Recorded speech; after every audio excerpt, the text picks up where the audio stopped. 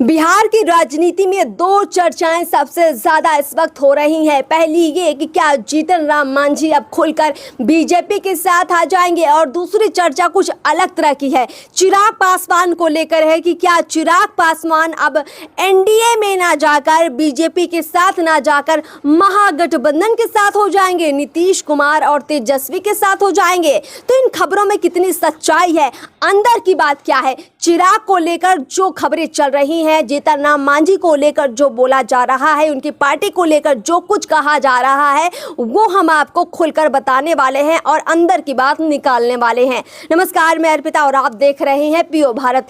पहली बात उस पर करते हैं जिस पर सबसे ज्यादा चर्चा है। देखिए, जीतन राम मांझी के बेटे ने, संतोष सुमन ने, नीतीश कैबिनेट से जैसे ही इस्तीफा दिया, चर्चा ये हो गई कि अब बीजेपी में तो जगह कम पड़ जाएगी, क्योंकि अब बीजेपी के साथ तमाम दल आ गए हैं, तो अब चिराग पासवान चले जाएंगे नीतीश कुमार या तेजस्वी यादव के साथ। लेकिन ऐसा बिल्कुल नहीं है। अंदर की खबर ये है कि नरेंद्र मोदी उन्हें केंद्रीय मंत्रिमंडल में जगह दे सकते हैं। जी हाँ, मोदी की कैबिनेट में शामिल हो सकते हैं चिराग पासवान, और चर्चा ये भी है कि जल्दी ही उन्हें मंत्रालय सौंपा जा सकता है।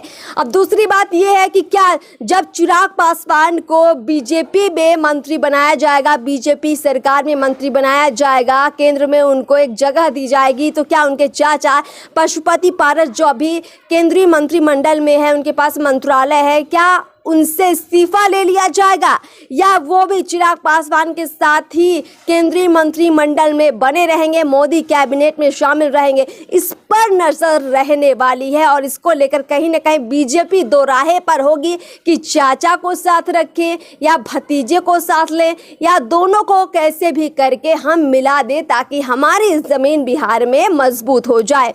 तो खुलकर हमने आपको बताया है कि जो कि मोदी के हनुमान कहे जाते हैं चिराग पासवान, उनको लेकर असल में यही खबर है, क्योंकि चिराग पासवान किसी भी हाल में अपनी सीटें छोड़ने वाले नहीं हैं, और बिहार में भी मजबूती से वो लोकसभा चुनाव लड़ेंगे, और जितना भी समय बचा है वो पूरी ताकत लगा रहे हैं, पूरी कोशिश कर रहे हैं कि वो अपनी अहमियत हर पार्टी के सामने जता सके, दिखा सके, और इसीलिए ये खबर निकल कर आए कि अब चिराग को सीधे मंत्री बनाया जा सकता है, कैबिनेट मंत्री बनाया जा सकता है।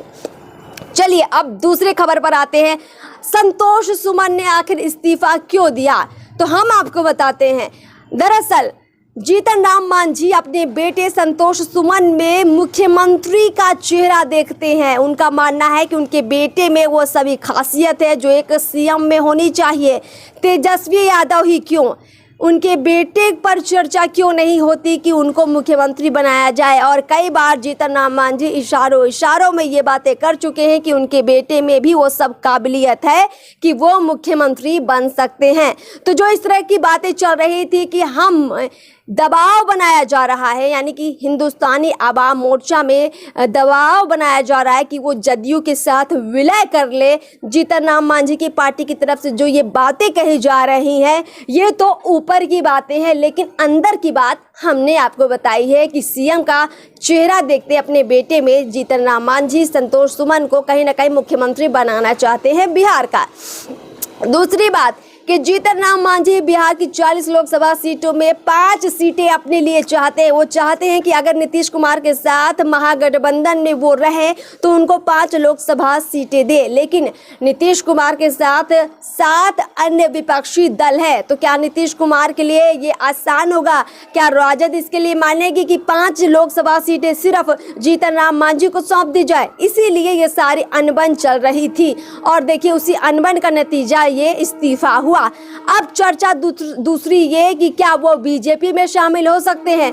तो जीतन राम मांझी ने अपने पत्ते खोले नहीं है, लेकिन बीजेपी के कई नेता, कई विधायक उनसे अब मुलाकात धड़ाधड़ कर रहे हैं, और ऐसे में कयास ये है कि अगर जीतन राम मांझी की जो मांग है 5 लोकसभा सीटें, वहां पर अगर बीजेपी उनको मना लेती है, कुछ सीटें कम करवा लेती है या उतनी ही सीटों पर राजी हो जाती है, तो जीतन राम मांझी एनडीए के साथ आ सकते हैं, यानी कि बीजेपी के साथ आ सकते हैं। लेकिन जीतन राम मांझी इतने सीधे खिलाड़ी नहीं है, वो अपनी बात मनवाने के लिए अभी कई दांव पेच खेलने वाले हैं। और इसीलिए उन्होंने कह दिया है कि अभी हम बिहार में एकला चलो की राजनीति करेंगे, ना इधर के रहेंगे ना उधर के रहेंगे, अपना रास्ता हम खुद बनाएंगे। चूंकि पूर्व मुख्यमंत्री रह चुके हैं बिहार के जीतन राम मांझी, इसीलिए उनके मन में, उनके दिल में कहीं ना कहीं सपना जरूर पनपता है कि उन्होंने तो सीएम की कुर्सी का स्वाद चखा है, तो क्यों ना उनके बेटे को भी ये मौका मिल सके। और इसीलिए वो अभी से ये तैयारी कर रहे हैं, क्योंकि 25 ज़्यादा दूर नहीं है। लेकिन अगर असलियत पर नज़र डाले तो ये इतना आसान नहीं है, क्योंकि लालू यादव अपने बेटे तेजस्वी यादव के लिए जो ज़मीन मजबूत कर चुके हैं, तेजस्वी जिस तरह से एक्टिव रहते हैं उसमें बहुत मुश्किल है किसी और का सामने आना। चिराग पासवान की इस वक्त कितनी लोकप्रियता बढ़ चुकी है, चिराग पासवान कड़ा मुकाबला है तेजस्वी यादव के लिए। सम्राट चौधरी भी अपनी ताकत दिखाते रहते हैं। तो कई चेहरे हैं इस वक्त बिहार में सीएम के, और ऐसे में संतोष सुमन का सामने आना या उनका सीएम बन पाना महज अभी तो ख्याली पुलाव लगता है। लेकिन ये पुलाव जीतन राम मांझी अगर पका रहे हैं तो ज़रूर इसके पीछे कोई रणनीति, कोई तैयारी तो ज़रूर होगी, उस पर हमारी नज़र बनी रहेगी। लेकिन फिलहाल इस विश्लेषण में इतना ही। अब आगे क्या होगा, बीजेपी महागठबंधन जीतन राम मांझी को लेकर क्या निर्णय लेगी, इस पर नजर रहेगी। साथ ही साथ चिराग पासवान और उनके चाचा पशुपति पारस को लेकर बीजेपी क्या निर्णय लेगी, इस पर भी पूरी नजर रहेगी। और इस पे आगे क्या होगा वो भी बताएंगे। बिहार की राजनीति में अलग इतर क्या होता है उस पर भी नजर हम आपको डालते रहेंगे, खबरें लेकर आते रहेंगे। इसके लिए चैनल को सब्सक्राइब जरूर कीजिए, फेसबुक पेज को फॉलो भी कीजिए। नमस्कार।